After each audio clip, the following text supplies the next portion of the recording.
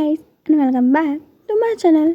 इससे पहले के पार्ट में हम लोगों ने देखा था कि यहाँ पे व्यूशन की बर्थडे पार्टी अभी चल ही रही थी और उसके पेरेंट्स की व्यूशन ने अपने पेरेंट्स की बहुत ब्यूटीफुल सी वीडियो क्लिप देखने के बाद वो सभी लोग इमोशनल हो चुके थे।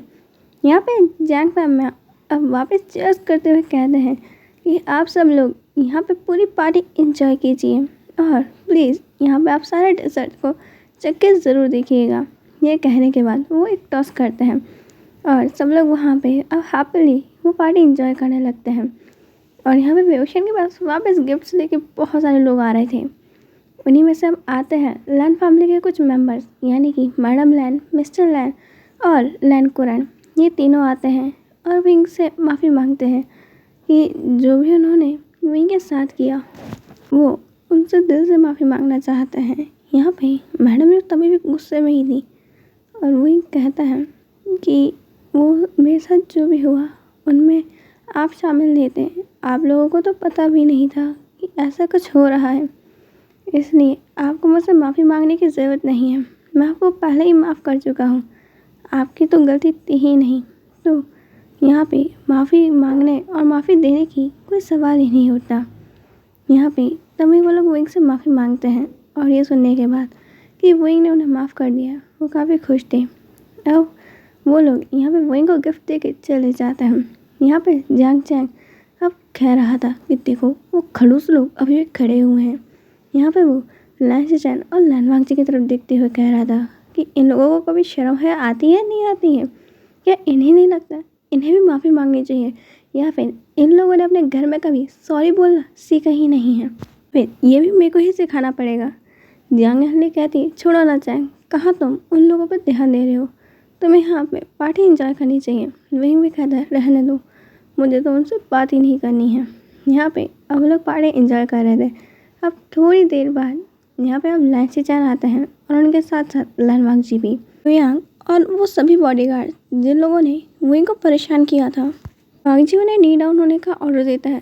वो सब लोग अब नी डाउन होके विंग से माफ़ी मांग रहे थे और वांगजी भी यहाँ पे थोड़ा सा अपने वही कोल्ड वॉइस में आई एम सॉरी कहता है। यहाँ पे इसे सुनने के बाद जैंग चैंग अपने कान को खुजालते हुए कहता है यहाँ पे ऐसा लग रहा है क्या कोई मच्छर भिनभिना रहा है।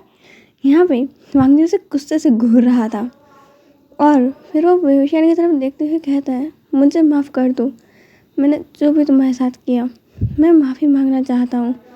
वही तो उसको देख के ही घबरा गया था और वो यहाँ पे हकलाते हुए हाँ हाँ हाँ मैंने तुम्हें माफ़ कर दिया यहाँ पे। और वो जैंग चैंग का हाथ पकड़ के उसके पीछे छुप जाता है। लैन चैन कहते हैं तुम्हें हमसे घबराने की ज़रूरत नहीं है, हमसे माफ़ी मांग रहे हैं। जैंग चैंग अपने भाई को घबराता देख कहता है हाँ हाँ ठीक है, उसने माफ़ कर दिया, अब जाओ यहाँ से, मेरे भाई को परेशान करने की ज़रूरत नहीं है, उसने माफ़ कर दिया ना, अब वापस नज़र मत आना।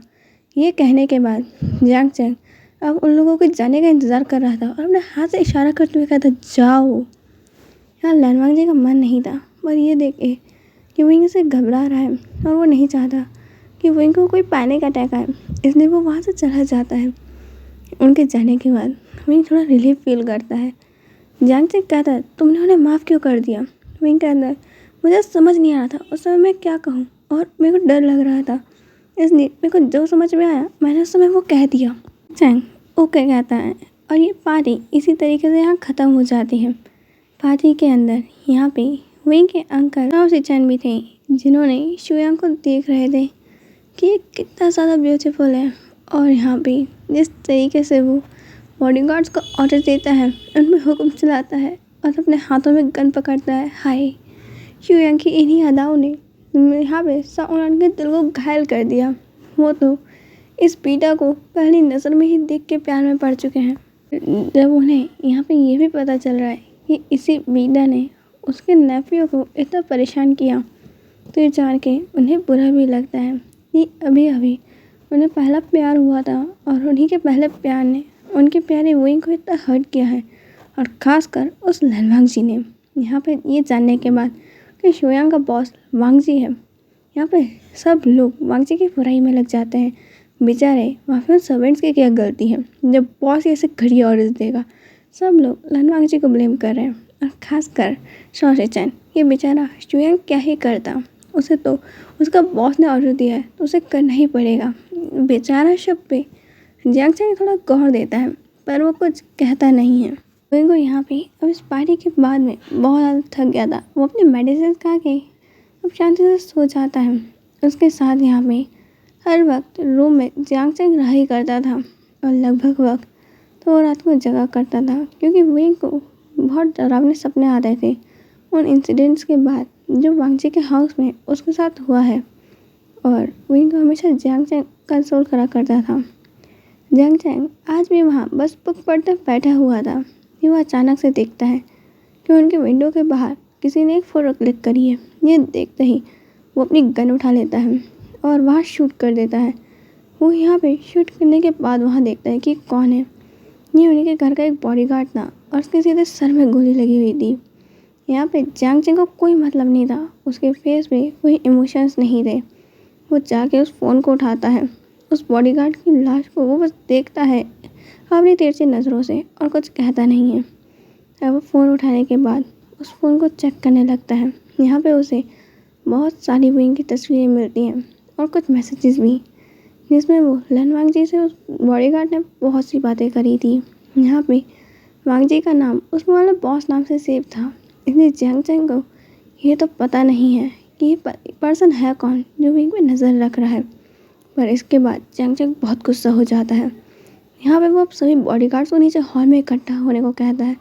अभी रात के 2 बज रहे थे, सब लोग इकट्ठा हो गए थे।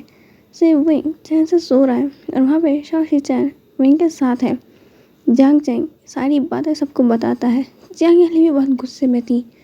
वो यहाँ पर दोनों भाई बहन यहाँ पे जितने गुस्से में कोई सोच नहीं सकता वो उतने गुस्से में थे। यहाँ पे उस बॉडीगार्ड के बैच के जितने लोग थे उन सभी के सर पे जियांग याली और जियांग चैंग ने गन पॉइंट कर रखी थी और जियांग याली ने तो उन सभी को पीट पीट के बुरा हाल कर दिया था कि वो पता है कि यहाँ पे और कौन कौन है जो इन चीज़ों में शामिल है, कौन उनकी फैमिली का गद्दार है जो विंग की इन्फॉर्मेशन बाहर दे रहा है। यहाँ पे जियांग याली सिर्फ विंग के लिए सॉफ्ट है, वरना वो उस इंसिडेंट के बाद सबके ऊपर बहुत रूड हो चुकी हैं।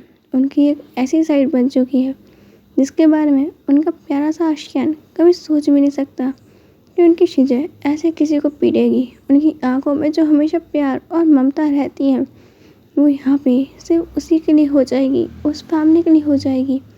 और उसके बाद अगर कोई विंग को हर्ट करना चाहेगा तो इनकी आंखें इमोशनल लेस कोल्डनेस से भरी हुई, इतनी कोल्ड यहाँ पे कोई भी उनका सामना ना कर पाए। ऐसा में सब कुछ इतनी जल्दी बदल देता है। लोग और लोगों की बातें तो हर वक्त हर पल बदल जाता है, पर क्या एक इंसिडेंट, एक पर्सन के साथ हुआ इंसिडेंट इतने लोगों को बदल सकता है? शायद उसका जवाब हाँ है। अगर कोई किसी इंसान से बेपनाह मोहब्बत करता है और उसके साथ बुरा हुए तो वो उसको प्रोटेक्ट करने के लिए कुछ भी कर सकता है। वो इंसान कितना भी अच्छा हो पर उसके लिए वो इस दुनिया का सबसे बुरा पर्सन भी बन सकता है। भले ही उसे इस दुनिया का सबसे बड़ा ईविल बनना पड़े पर वो उसे प्रोटेक्ट करके ही रहेगा। ये सभी चीज़ें जियांग फैमिली में हुई थी। जियांग फैमिली में यहाँ पे जियांग याली एक ऐसे ही पर्सन में चेंज हो चुकी हैं। वही नहीं, जियांग फैमिली का हर मेंबर वही को लेकर अब ओवर प्रोटेक्टिव है और इनकी ये प्रोटेक्टिवनेस इस चीज़ से देखी जा सकती है कि वो बॉडीगार्ड्स कितनी बुरी कंडीशंस में हैं। यहाँ पे जो लनवाक्सी के बॉडीगार्ड्स थे वो देख रहे थे कि हाँ उन्हीं में से एक पर्सन पकड़ा गया है, पर क्या हमें सामने आना चाहिए। वो लोग नीचे पड़े हुए थे। एक पर्सन कह रहा था मैं सामने जा रहा हूँ यहाँ पे और मैं मार नहीं खा सकता, पर दूसरा बॉडीगार्ड उसे रोकते हुए कहता है अगर हमने यहाँ कुछ कहा तो बॉस हमें नहीं छोड़ेंगे, चुप रहो। उन्हें नहीं पता है कि वो हम हैं। जियांग चैंग अब सबसे उनका फ़ोन मांगता है कि लाओ मैं तुम्हें सबका फ़ोन चेक करूँगा। यहाँ पे वो सब डर जाते हैं क्योंकि उनके फ़ोन्स में वांगजी के साथ बात की गई और फ़ोटोज़ को भेजने के रिकॉर्ड्स थे और वो दोनों अब देने से डर रहे थे। सभी बॉडीगार्ड्स ने फ़ोन दे दिए थे पर वो दोनों अभी फ़ोन नहीं दे रहे थे। जियांग चैंग उनसे 2 बार मांगता है, नहीं देने पे वो दोनों को बेहोश कर देता है और उनके बेसमेंट में कैद करने का ऑर्डर दे देता है। और यहाँ पे अब हैकर्स को बुला के उनके मोबाइल को ओपन कराने के बाद यहाँ पे जियांग चैंग को भी सिर्फ वहीं की फ़ोटोज़ मिलती हैं जो यहाँ पे पता नहीं ये लोग कब से खींच रहे थे। इसे देखने के बाद जियांग चैंग बहुत गुस्से में था। वो सबकी चेकिंग करने के बाद उन्हें स्ट्रिक्टली ऑर्डर दे देता है। यहाँ पे किसी ने भी उसके भाई को हर्ट करने की कोशिश करी या फिर उनके फैमिली के साथ धोखा देने की कोशिश करी तो वो उन्हें नहीं छोड़ेगा। और जो लोग नीचे कैद खाने में यानी बेसमेंट में कैद थे उन्हें जियांग चैंग बहुत बुरी तरीके से टॉर्चर कर रहा था। वो उनके सामने बैठा हुआ था और एक बॉडीगार्ड को ऑर्डर देता है कि उनके नेल्स निकाल लिए जाए। उनके हाथों के नेल्स बहुत दर्दनाक तरीके से निकाले जा रहे थे और Jiang Chang without any motion वो सब देख रहा था। वो बॉडीगार्ड्स पेट में कढ़ा रहे थे और यहाँ पे जियांग चैंग सब बैक कर रहे थे कि उन्हें छोड़ दिया जाए, वो सब बताएंगे। यहाँ पे जियांग चैंग उनका टॉर्चर रुकवाता है और कहता है बोलो, अगर अब तुमने सच नहीं बोला तो मैं तुम्हारी उंगलियां कटवा दूंगा। यहाँ पे इतना सुनते ही वो बॉडीगार्ड सबको सच सच बता देते हैं। ये लैंड जी के ऑर्डर्स थे और वो लोग सिर्फ वांग जी को ही वही की तस्वीरें भेज रहे थे और किसी को नहीं। यहाँ पे ये सब सुनने के बाद जियांग चैंग को बहुत गुस्सा आता है और वो यहाँ पे उन बॉडीगार्ड्स को मार डालता है, उनकी लाशों को फेंकने को कह देता है। ये बात जियांग फैमिली को पता चलने के बाद वो कहते हैं मैंने लैंड फैमिली से कहा था कि वो वहीं से दूर रहे, पर उन्होंने लगता है मेरी बातों को ढंग से सुना नहीं। जो ये लैंड वांग जी आज भी वहीं के ऊपर नज़र रख रहा है। मैडम ये कहती है मैंने आपको कहा था ना कि मेरे को मेरा बेटा प्रोटेक्टिव चाहिए, वो प्रोटेक्ट करना है। ये क्या हो रहा है, वो कब से मेरे बेटे पे नज़र रख रहे हैं और आप में से किसी को पता तक नहीं। आखिर आप लोग कर क्या रहे हैं। यहाँ पे जियांग याली कहती मदर आप चिंता मत कीजिए, यहाँ पे वहीं के साथ हम हैं, अब उसे कोई भी हर्ट नहीं कर पाएगा। मैडम ये कहती है और क्या हर्ट होना बाकी है, यही कि उसकी डिग्निटी बच गई है, क्या अब उसकी डिग्निटी को भी यहाँ खोना बाकी है। वो तो शुक्र है कि उस वांग जी ने मेरे बेटे को हाथ तक नहीं लगाया, वरना पता नहीं अब उसके साथ और क्या होता। पहले से वो डिप्रेशन में जूझ रहा है और देखा नहीं हर रात वो डरावने सपनों को देखता है। यहाँ पे उस वांग जी ने जितना था वो काफ़ी नहीं है जो हमारी ज़िंदगी में वो फिर लौट आना चाहता है।